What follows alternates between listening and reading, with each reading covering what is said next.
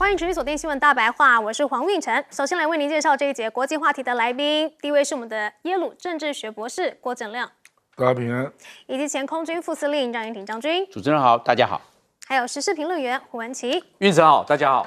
好，来看到亚太的第一岛链现在正面临天灾还有地缘政治的一个大地震。来看到了菲律宾南部竟然发生了7.8的强震，造成了很多人的这个罹难。这个是1990年来最猛的，就是在今日上午的时候呢，发生了7.8的强烈地震。目前呢，至少有5人罹难，多人受伤了。菲律宾知名的素食 Jollibee 就这样子直接在猛烈的摇晃下不堪负荷，瞬间倒塌，现场是浓烟四起。另外呢，在民宅呢也是出现了大面积的这个外墙崩塌还有塌陷等等的毁损状况。还有呢，学校它3楼也是直接跟这个2楼也是跟刚刚的素食店一样呢，直接就崩落变成了1楼。那么学生呢也是四处的仓皇逃生往这个空地来避难。一旁的铁皮屋的屋顶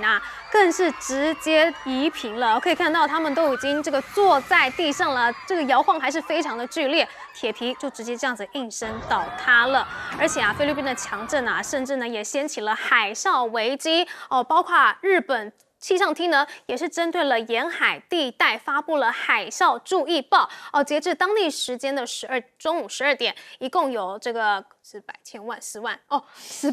万人收到了4级的避难指示。好，那这个高市早苗呢也出来紧急发声呼吁这个民众呢要做好防范的措施，不要靠近海岸在海中的人员呢也要赶快的上岸，并且远离海洋。好，所以呢日菲除了这个地理位置呢有关系之外呢，在政治上面呢，他们也想要绑在一块。我们来看到了，现在日本呢着手计划要强化东协的能源供应网，而且要优先支援菲律宾评估油储制度，计划今夏开始就要研究石油储备等议题。那么日经新闻就分析了，说日本展开支援的背景呢，是因为东协各国跟中国的经济联系日益紧密，而日本呢就有意要在能源安全保障领域上面呢展现跟中国不同的价值。不过还有可能呢是日本想要在马尼拉变天之前，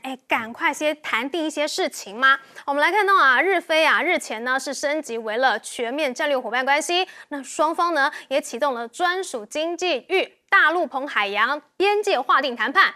那这个直接把这个八重山位于围堵中国海军进入西太平洋的第一岛链关键位置。那么这次的谈判是被视为非常的有战略意义的，可能会进一步的压缩中国在第一岛链的这个活动空间就是因为呢，现在马尼拉这个菲律宾呢，小马可斯政权可能也有一点不稳了，所以赶快在他下台之前，先把这个定位给定好吗？不止如此，现在日本境内呢也是在举行最大的实弹演习。好，今天呢在静冈县举行了这个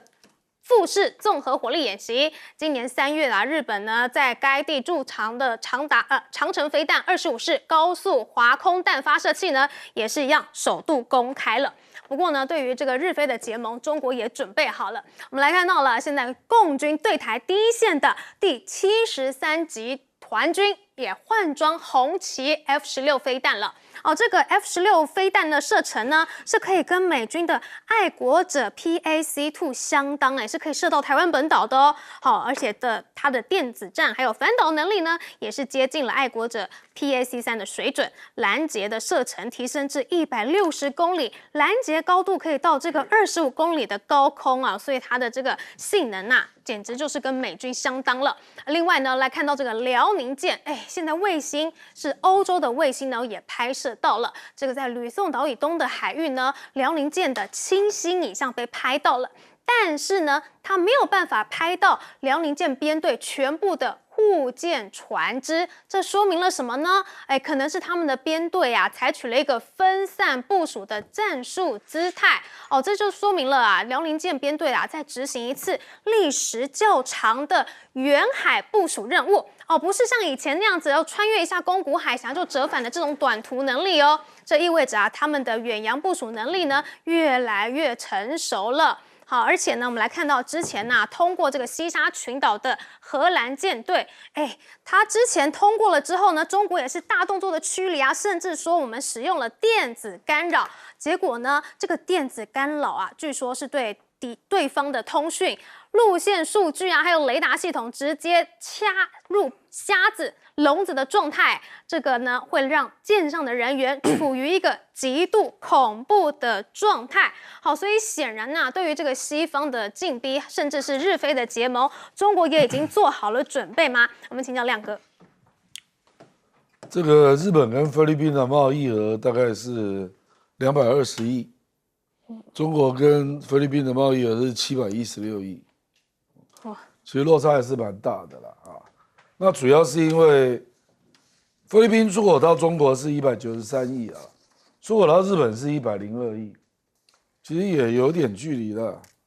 那中国大陆出口到菲律宾高达500多亿所以其实这一次菲律宾，你看它那个能源危机我们就看到中国大陆对越南还有菲律宾就给予它那个航空油的出口嘛。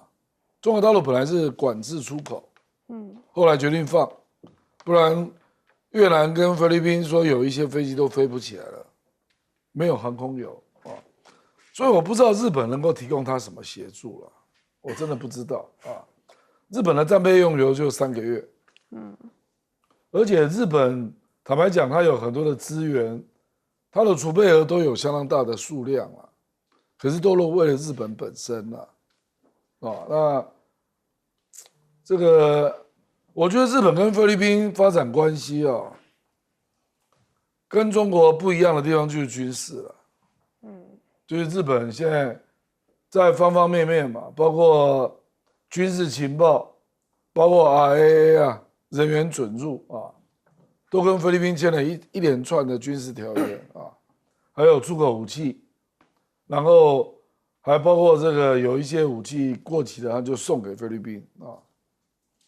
这方面大概是独特的啦。可是你说要在经济上尤其他说有意展现与中国不同的价值，在能源安全上，我不知道他怎么弄日本也没有能源所以我不知道他怎么能源安全这个其实菲律宾搞不好还有一点能源，只是他可能没有开采得很好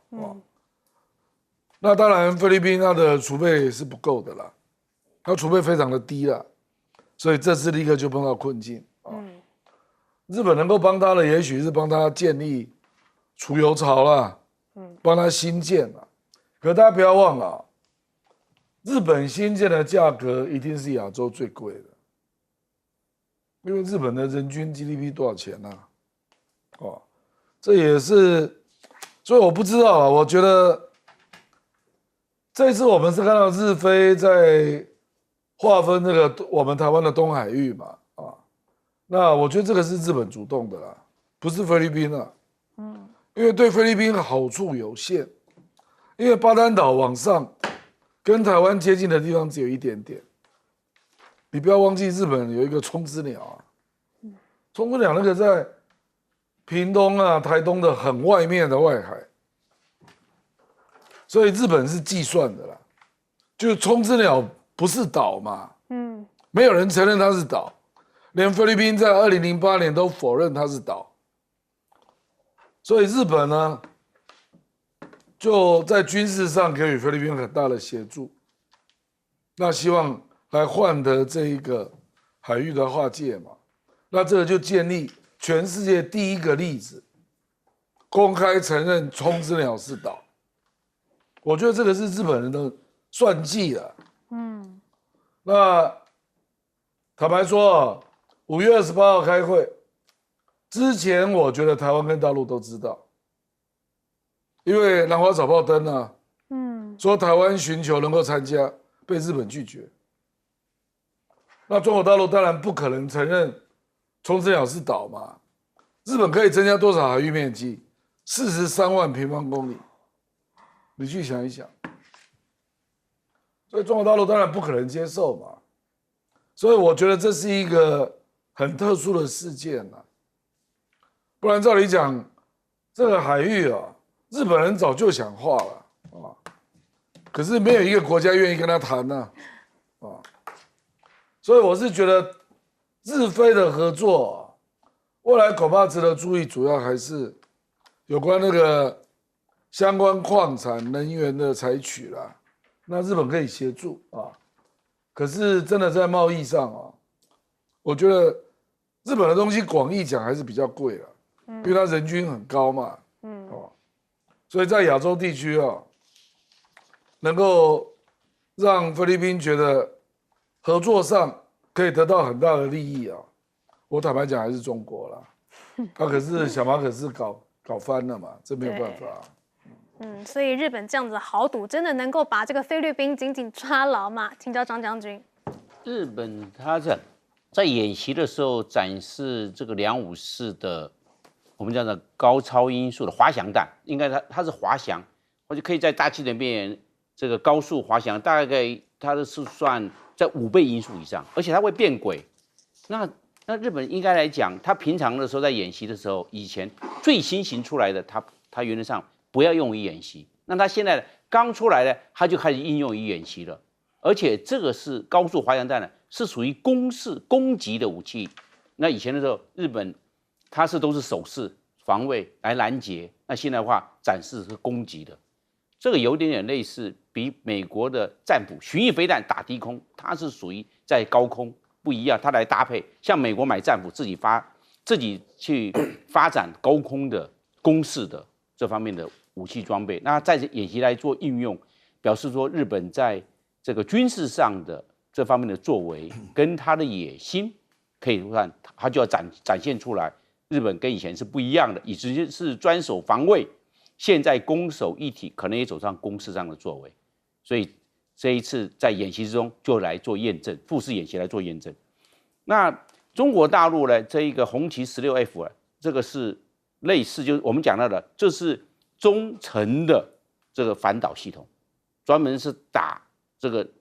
个弹道飞弹，还有甚至可以打飞机，然后也可以打巡弋飞弹。那它的这个有效射程是160公里，换句话说，跟美国的爱国者飞弹大概相当。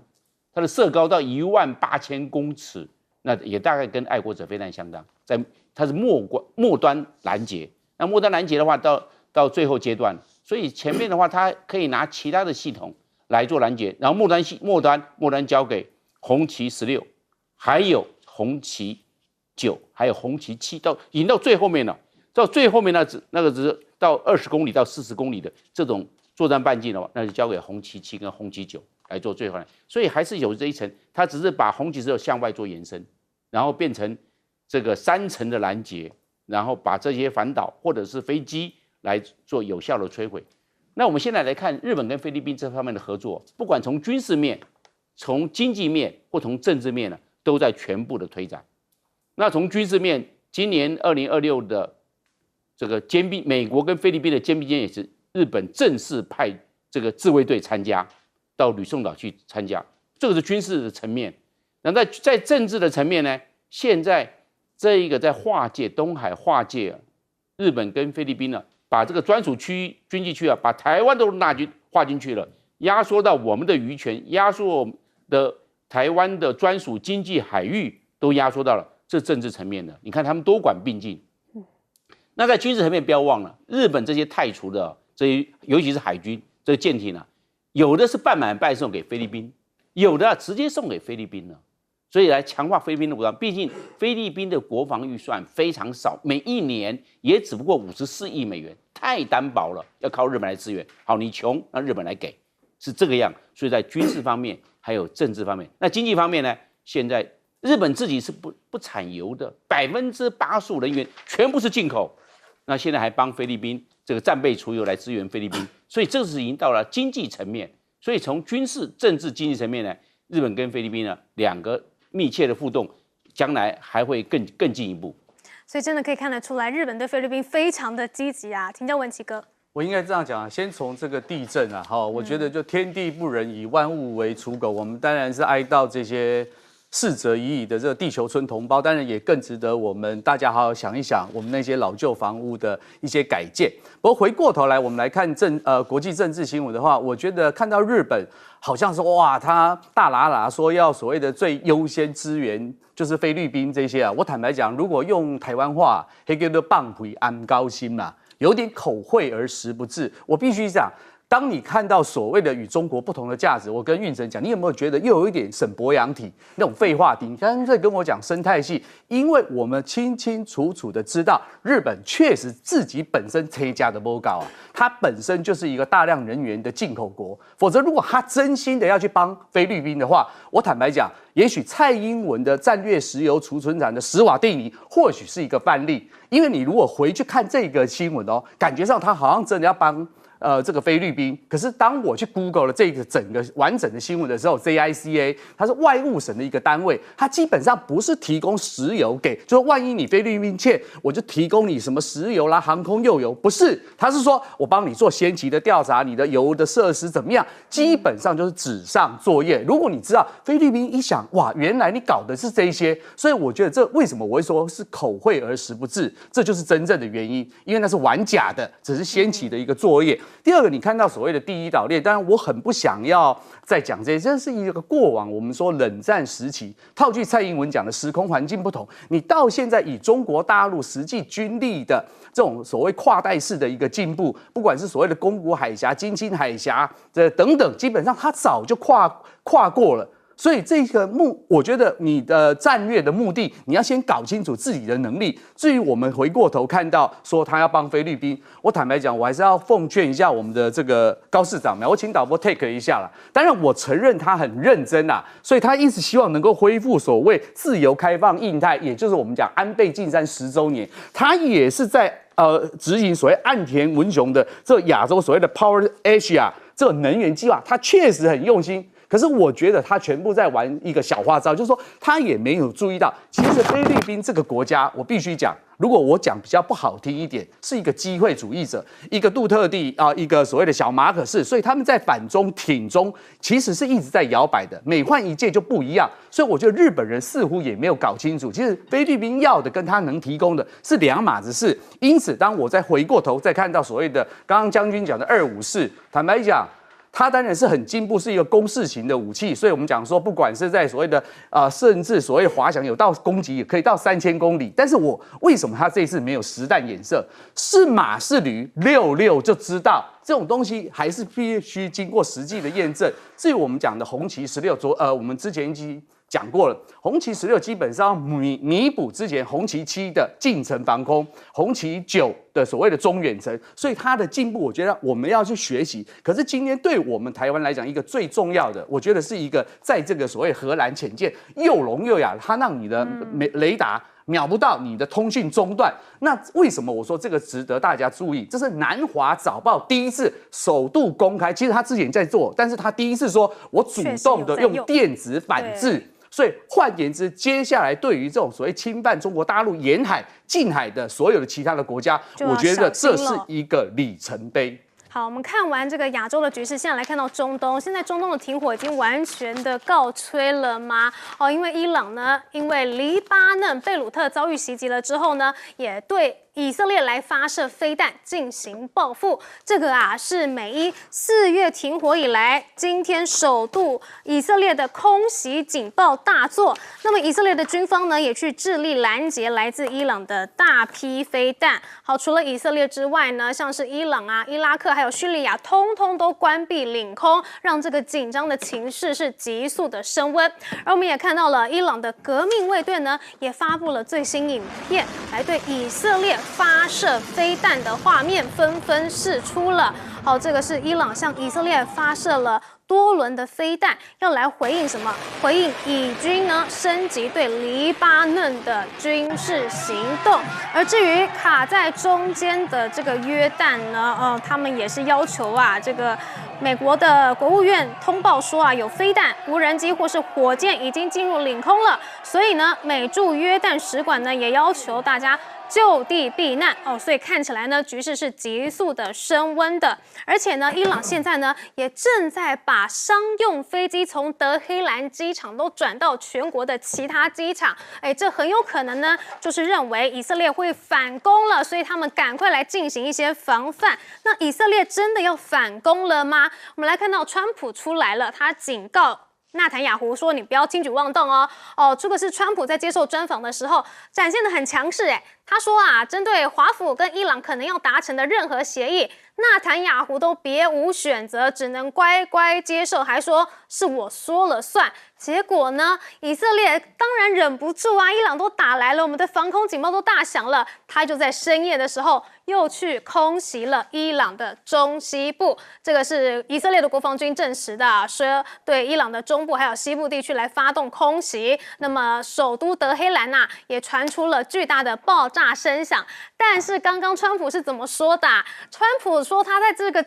发文空袭之前呢，还致电给纳坦雅胡，明确的要求以色列不要进行报复行动，避免战事升级，破坏我们正在谈的和平协议进程。结果呢，很显然的，纳坦雅胡完全没有在理川普啊，跟川普说的是我说的算，差很多。而且不仅如此哦，现在也被发现了啊，其实呢有8架美国的空军空中加油机升空了，这难道不是美军在偷偷的支援以色列吗？而且啊，伊朗呢也说啊，他在这个以色列袭击期间呢，又拦截到了美军的 MQ-1 侦察无人机。好说那个时候啊，他们正在监视伊朗飞弹发射场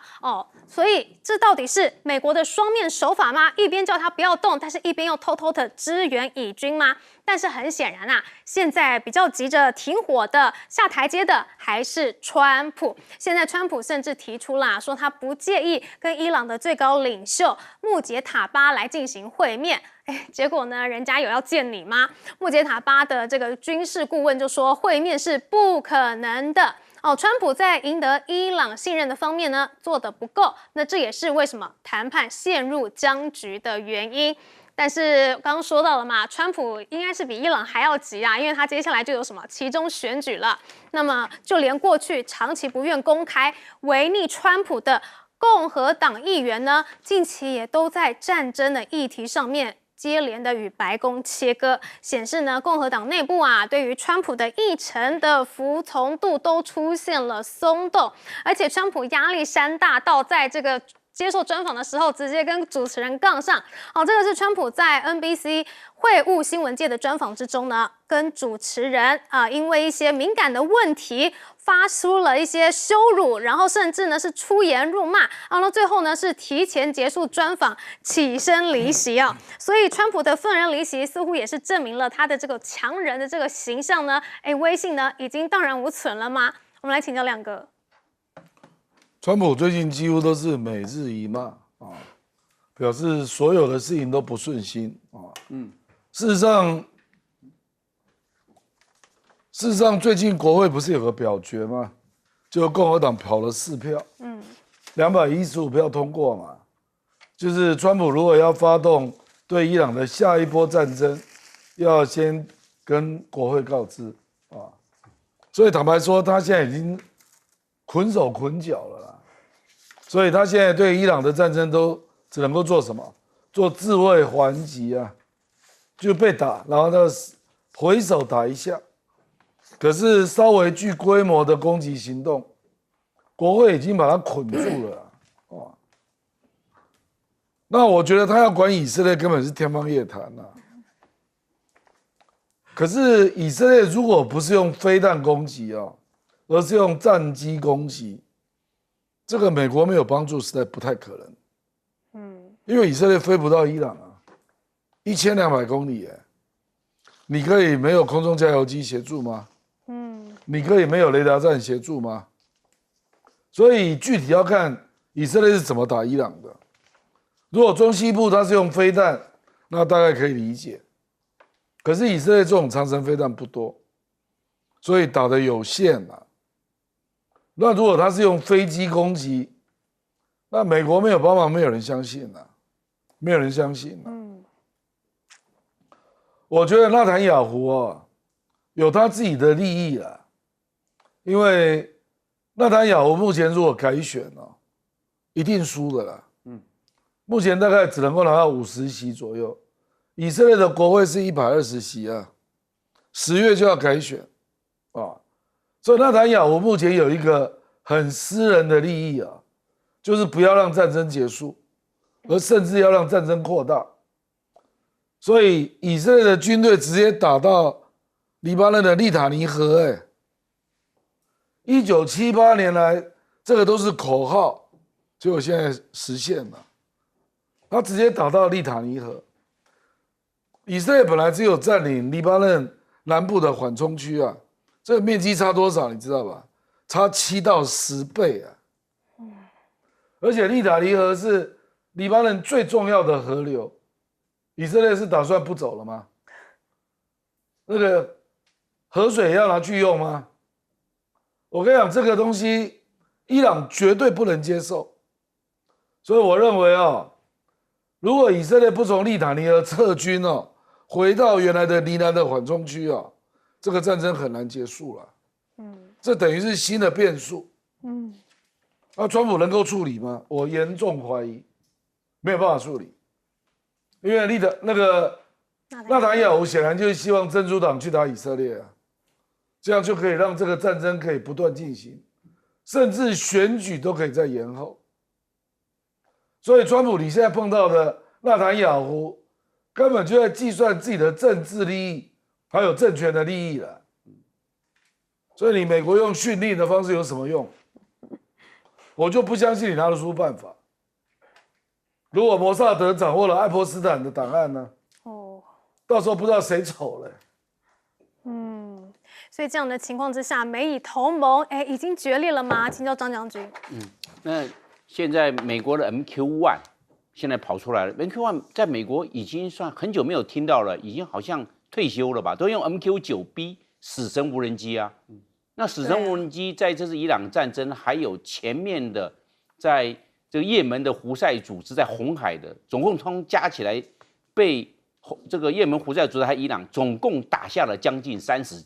架。MQ-9B 可能数量不多了，所以 MQ-1 跑出来了。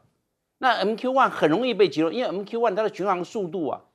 更慢，大概就是时速就160公里。那这么慢，在这无人机在空中这样飞那么慢，然后对伊朗的军事设施来实施侦察，很容易就被打掉了。它也是螺旋桨，速度慢。那现在 MQ-9B 不派了，大概消耗太过了。那现在被 MQ-1 跑出来了。那 MQ-1 如果再继续打下去，因为已经退休，它起风之后又可以再使用了。那只是做侦察，它这个虽然是察打议题，但是原来它做侦察用，把这个在波斯湾沿岸的伊朗的雷达站、伊朗的防空飞弹机动的，它掌握。因为如果是要真的要报复性的打击，因为伊朗的机动它会跑到预备阵地，跑到野战阵地去了。那这个到底在哪个地方？靠这个掠食者就是 MQ-1 的这无人机，所以这只是被打掉了第1架的 MQ-1。那以后会不会还陆陆续续可能也会被打掉？因为它重新起风投入战场。那现在包含美国、包含伊朗，也包括以色列3个都搭不在一起。以色列是想打，根本都不想谈。所以以色列在黎南地区或者对伊朗，他就是打。纳坦雅胡是不想谈的。美国刚好相反，美国想谈不想打。以色列想打不想谈，美国现在是想谈不想打，都说已经要签协议了，跟伊朗要签协议了，结果那个结果签不下去，所以没有交集。我们看伊朗他不怕打，伊朗耐打，所以伊朗他也不怕，所以3个都不一样，所以都在一起想要让他们签这个和平协议这或者停战协议蛮困难的，因为3个立场南辕北辙，几乎没有任何交集。所以只能相互下去。那现在以色列跟伊朗也只报复，那伊朗就拿这个导弹或者是无人机去炸这个以色列，以色列就拿派战机还有派这个导弹发射导弹对伊朗，反正就变成报复战。那伊朗也耐打，以色列不耐打，因为伊朗很多都地下化、山洞化，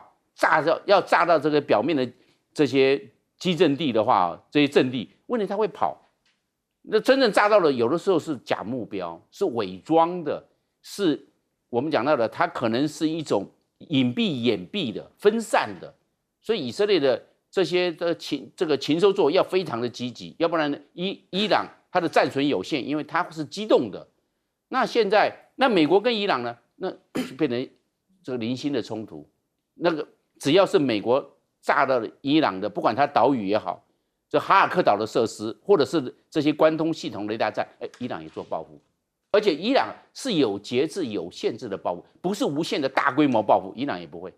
所以伊朗他会来抓这些适度的一个适当的情况，他自己会来做一个衡量，要对哪些，尤其科威特会比较倒霉，因为美国住在中东地区最多的驻军就在科威特，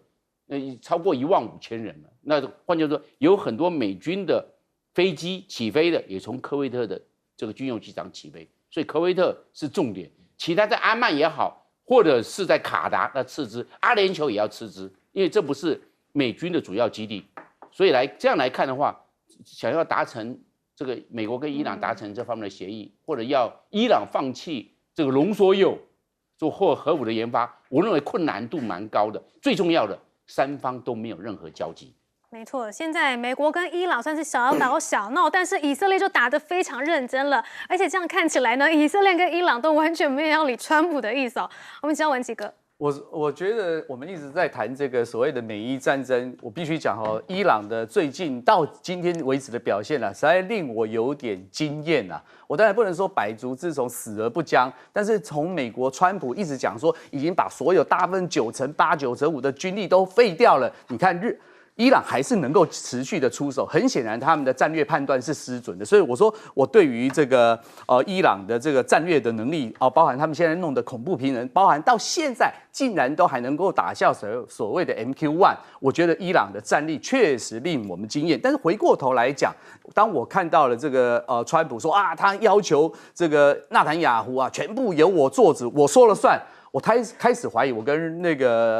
这个运神讲，前阵子有一个新闻他的私人医生叫做波恩史坦他常常在吃这种低剂量的这种雄性秃，就我们讲的柔配用他的生发水。我觉得川普的脑袋真的有点出了状况，我不晓得是不是涂了太多还吃了太多，否则他之前不是弄了一个 AI 图，他是天主，否则你很难想象一个状况下，对于以色列来讲，刚刚我们讲了，因为不管是他自己的贪腐丑闻，包含他的国会的选举，他过不了关，他为了保护他自己，我坦白讲，套句我们中国人讲的话，他现在就是阳奉阴违嘛，我接到你川普的电话，我就跟你嘘寒问暖2句，敷衍你2句，因为对他来讲，现在是怎么样，老子都不老子了，你知道吗？因为对他来讲，真正生死存亡对他来讲是以色列自己，所以我觉得他高估了自己，所以我认为川普大概现在如果午夜梦回会后悔，他会想说，当时候的第一任为什么在伊核的6方协议，他要把它废掉，搞成现在自己是变成这么的一个狼狈的一个状况下，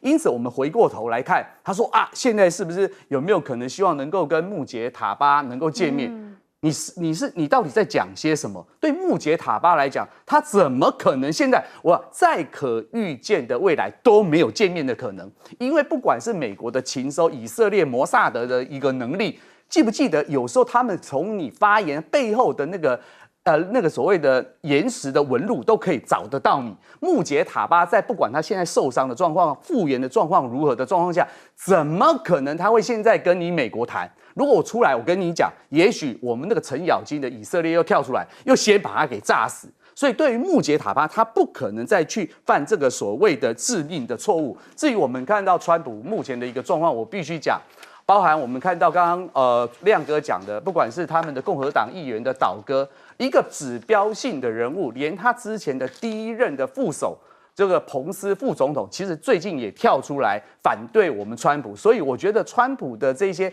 更小灯熊体不能够理直气和的反驳那个所谓访问他的这个记者，如果你真的有本事，你讲的是真的，你应该勇敢直球对决那个所谓主持人就发言不对的地方。可是他拔麦走人，各位，这就叫做心虚底气不足。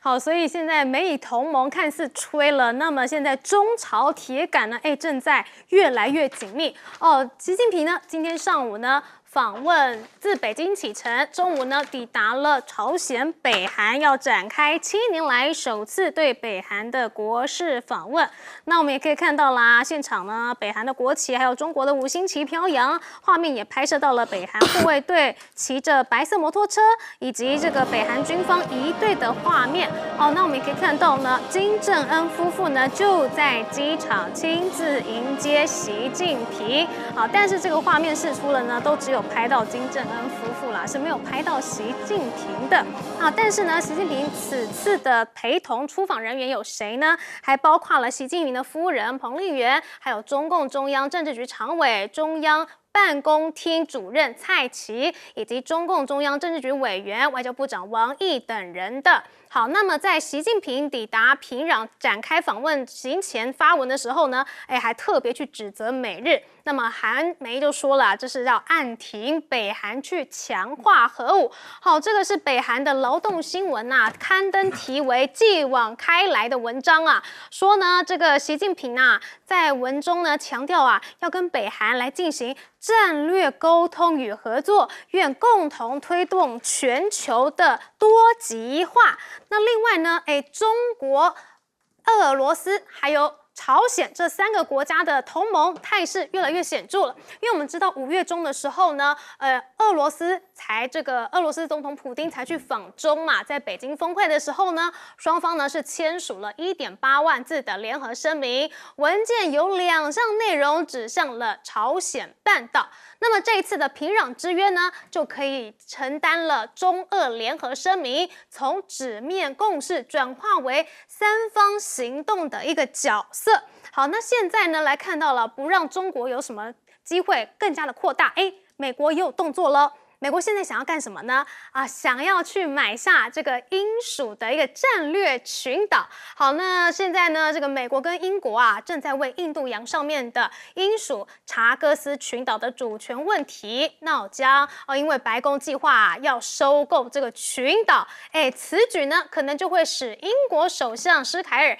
将该领土主权还给摩里西斯的计划告吹。那为什么要去买下这个群岛呢？因为摩里西斯啊，可是中国跟巴西的盟友呢。好，那但是啊，现在呢，美英的关系也非常的微妙。来看到这个美国的外交政策杂志，它最近竟然出了一篇文章哦，说呢，这个剑桥大学教授给全球的强国排了座次，前3名大家都知道嘛，一定是中国、美国或俄罗斯啊，但是第4位，是谁呢？不是印度也不是法国，竟然是英国。好，但是呢，我们知道现在英国的陆军现役兵力啊，已经压缩到不足14万人了。那么后勤补给的短板、兵源的紧张，还有装备更新的滞后、经济一团糟等等等的，竟然是把英国列为第4强国。大家就觉得这个不太是一个客观的结论啊，比较像是一种心理安慰。而且来看到了这个英国的军事真的 OK 吗？他之前打造的这个31磅的威尔斯亲王航母竟然是又故障了，首航以来呢就已经遭遇了一系列的问题了。那么日前呢又因为机器故障被迫去停在这个挪威维修。那现在威尔斯亲王号呢位于该地区呢是英国航母战斗群在北大西洋还有北极部署的一个部分。好，那另外我们来看到了，美中角力呢也是出现了在南美洲。我们来看到秘鲁总统的选举呢，周日就要进行第2轮投票了。那么这一次呢是美国跟中国的一个对决吗？因为呢这个我们知道了，这个藤森惠子他呢是比较亲美的。那另外一个对手是桑切斯，他是比较亲中的所以呢，这2派是不是又是有看到了美中的影子呢？而且他们2方这个陷入一个焦灼的状态，几乎是五五波，一个是50.3%的得票率，另外一个是49.7%，选情是进入了极度焦灼。所以从这边来看可以看到世界上面的美中2大同盟的对抗态势似乎已经是越来越显著了我们来请教亮哥。这个中国大陆访朝鲜我觉得这次成果并不明显基本上没有谈到核武问题，因为金宇镇事先写了一篇文章，说核武问题不是可以谈的，所以他跟美国也不会谈这个问题了。我觉得中国大陆大概就是避免北韩跟俄罗斯走得太远了，那想把它拉回来啊，就说因为这个是中国大陆最重要的邻居嘛，韩战遗留这样的一个重要的缓冲区啊。无论如何还是要拉在手边呐，可是坦白讲，北韩跟中国的关系并不好啊，它是倒向俄罗斯的。可是呢，如果没有中国大陆的经济的协助啊，北韩过去这2年恐怕经济是很有问题的啊，包括粮食啊、粮油啊，都是中国在提供啊，所以他也必须做出这个面子。可是真的要谈具体项目，没有办法谈，比如说核武问题不可能谈啊。我不认为北韩会愿意跟任何国家谈核武，因为它核弹一般估计大概有50到90枚，怎么可能回到原点？那至于川普跟习近平拜托当牵线人，或者是鼓励金正恩来见川普，金正恩也没有诱因啊。因为美国也没有要解除制裁的样子啊，我跟你见面干什么？所以那至于李在明想见金正恩，那太小了，李在明你自己去努力吧。所以我觉得目前这个状态啊，感觉就是既有的中朝友好合作条约续约了，这比较直接的问题啊。那英国那个查克斯群岛。因为我们知道印度洋最重要的那个岛 Diego Garcia 就是这个群岛里面最大的岛，实际上基本上都是美军在用啊，因为 Diego Garcia 蛮重要的，它可以从这边飞到中东啊，飞到伊朗啊。这次伊朗作战，这个岛就发挥了重要角色啊。这个岛是英国在1965年啊，摩里西斯独立，他硬把人家切出来的。所以他本来就要还给摩里西斯，所以英国打算跟摩里西斯签约啊，说不然你租给我99年啊，那主权还给你了。99年英国要付30亿英镑，这是当初讲好的协议了。那如果现在美国要介入啊，那可能美国就绕过英国，直接去跟摩里西斯谈99年的租约了，可能就变成这样啊。可是要回主权，我认为是不可能的。当然，这个岛很重要啦，因为距离印度洋跟缅甸都蛮近的，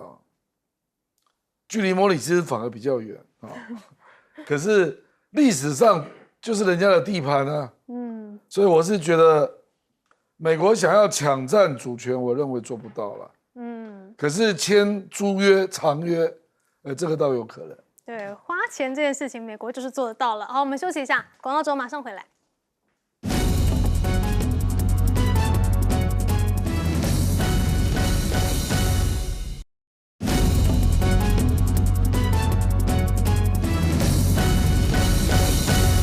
好，美军现在也想要巩固印度洋了吗？请教张将军。因为这个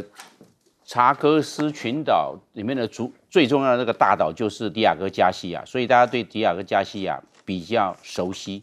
这个就在印度洋的中间位置，距离印度半岛1900公里，所以它位置很棒。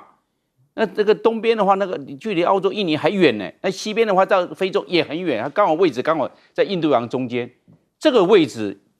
其他的国家想要进犯非常困难。我们看伊朗好了。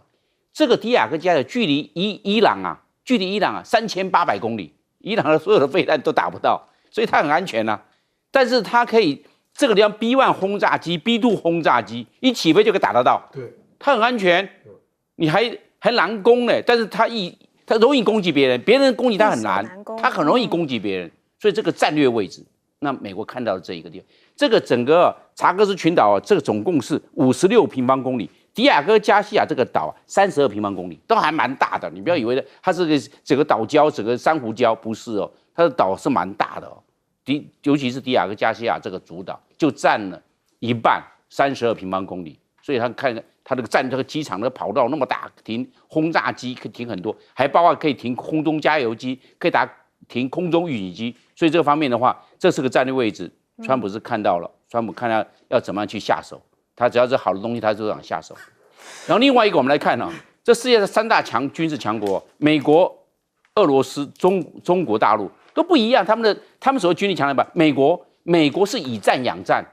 经常打仗，阿富汗战争、伊拉克战争、波湾战争，现在伊朗战，他以战养战，打了仗之后，他一直在做军工获利，一直卖武器，所以他是以战养战的，继续保持强大。那俄罗斯是靠核武，它核武5000多个单位，是全世界最多的核武单位，可以毁灭整个地球，5000多个单位，它比美国都还多，所以俄罗斯靠核武啊，它是称霸，它地也大，不怕人家打。核武是看谁的地大，还有谁的核武的数量多。它核武数量最多，俄罗斯1700多万平方公里也最大，大家来收哈，大家一起来 all in， 所以俄罗斯称霸，所以前3名。那中国大陆是持盈保泰，到这个陈越战争结束后啊，40多年没打过仗了，都在生养繁息，都在做研发。那现在他一直在搞这些机器人、无人机，变成无人化，所以他在这一方面是有。这评估每一个状况是不一样的。对，所以英国竟然是第4名，真的是跌破大家眼镜了啦。好，我们休息一下，广告中马上回来。